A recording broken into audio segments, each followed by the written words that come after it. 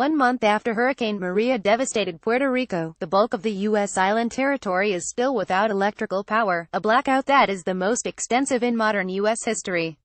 Some 3 million people are without electricity, and there are predictions that some remote parts of the mountainous island will not see power restored until next June. While the hurricane caused the initial damage, the long-term power failure demonstrates the combined impact of the relatively primitive character of the island's infrastructure before the storm, and the complete indifference of the U.S. government and the Trump administration since Maria swept through the island. The power restoration has been hampered by an acute shortage of skilled labor, according to press reports this weekend. While thousands of repair workers went to Texas and Florida after Hurricanes Harvey and Irma, only 300 workers from outside Puerto Rico are now on the island repairing infrastructure and restoring service, leaving the main work to the overburdened staff of the 900 working for the island's public utility, AAEE. Similarly, according to the New York Times, the Army Corps of Engineers, in overall charge of the recovery effort, has mobilized only 200 of the 2,000 workers it needs for power restoration, and most of these are installing emergency generators, not repairing the devastated infrastructure. By contrast, more than 5,000 outstate utility workers went to Texas and 15,000 went to Florida, enabling rapid restoration of power in both storm-damaged regions. Another startling statistic: the Federal Emergency Management Agency says that only 392 of Puerto Rico's 5,073 miles of road were open this week, about 8%, 1 month after the hurricane. Electricity is something you do not notice until it's gone, says a Vox News Service article, which on Monday painted a picture of what it is to live without electricity for over a month, even for those that have some access to gasoline drive-in generators. Roughly 79% of households have no electricity. The reader is confronted with people having seen stored food going bad, isolated from intermittent mobile phone service, and with no air conditioning or refrigeration. When the power goes out, that sense of comfort quickly disappears. The parts of daily life that were once taken for granted are suddenly gone, with no clear sense of when they'll be back. To not have power, to be literally and figuratively in the dark, is to leave the modern world and retreat into an older and more precarious one. In the aftermath of Hurricane Maria, that's Puerto Rico's new normal. At the current pace of repairs, it will take months to restore power in the island, longer in some isolated locations. Estimates for the cost of the repair range upwards of $5 billion. Meanwhile, the demand for generators has skyrocketed, as have their prices, placing them out of reach for most. There are regular reports of generators being stolen by desperate Puerto Ricans. The lack of electricity also affects the supply of clean, filtered and potable water, and the treatment of sewage, as well as the relief effort itself. That means the lack of electricity is a literal life and death issue, and one that may wind up killing more Puerto Ricans than the storm itself.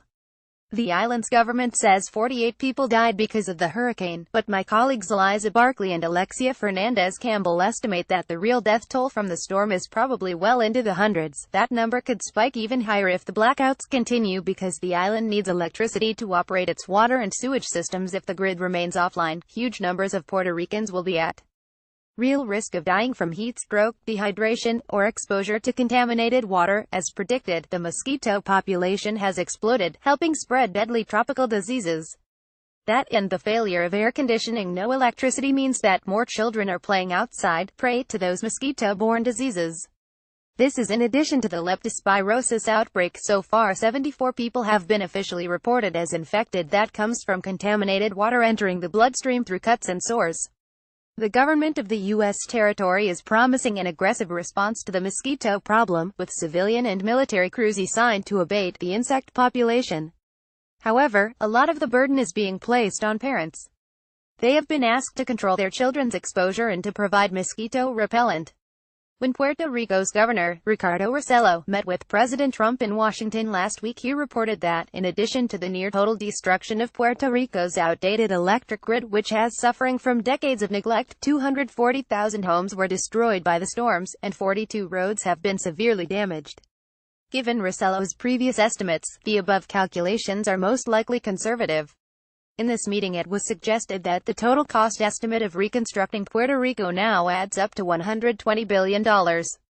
President Trump made it clear that that amount would have to be added to the island's total $74 billion debt load to Wall Street.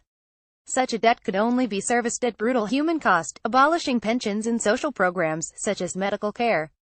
The U.S. president, who in previous statements has said that he was leaving the reconstruction of Puerto Rico in the hands of the U.S. Congress, indicated that the island would need a new power plant to replace a thermoelectric plant, one of the two Palo Seco generating plants near San Juan, not reactivated following the determination by an engineering firm in August before the storms hit, that it was near collapse.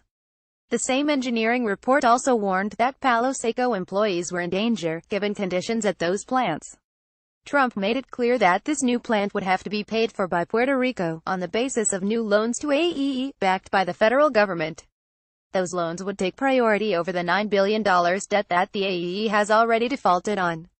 Rossello agreed, calling for a public-private alliance, a code phrase for a project that guarantees private profits at public expense. In response to a question by a reporter about Trump's remark on debt financing for Puerto Rico, Rossello attempted to place it in the light of rebuilding efforts. At the same time, Rossello declined to expand on his answer, allegedly because Puerto Rico is undergoing bankruptcy proceedings under Title III of the Pro-Mesa bankruptcy legislation for the territory. Congress is close to approving a $4.9 billion liquidity line of credit requested by the Puerto Rican government and urged on by the Financial Oversight Board. Any hope by Rossello that this smaller amount would be given to Puerto Rico as a grant, not a loan, were dashed by Trump. This, too, will have to be added to the debt load. In his meeting with Rossello, Trump repeated what he said in his tweets of October 12, that Puerto Rico represents a burden to the U.S. federal budget, threatening to end federal assistance to this U.S. colony. Trump's brutal indifference is not unique to Puerto Rico, an island that today represents one of the more extreme examples of life under capitalism. Just as with Greece, Detroit, Houston and many other cities and regions, the profit needs of the financial oligarchy are placed above the needs of human beings. While Trump stands with the oligarchs of Wall Street, it is up to the international working class to stand with Puerto Rico, demand the planned rebuilding of Puerto Rico, beginning with cancellation of the old debt and the designation of billions of dollars in a massive effort to restore Puerto Rico on the basis of the most advanced technologies available.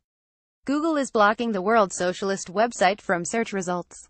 To fight this blacklisting, share this article with friends and coworkers, Facebook, Twitter, email, Reddit.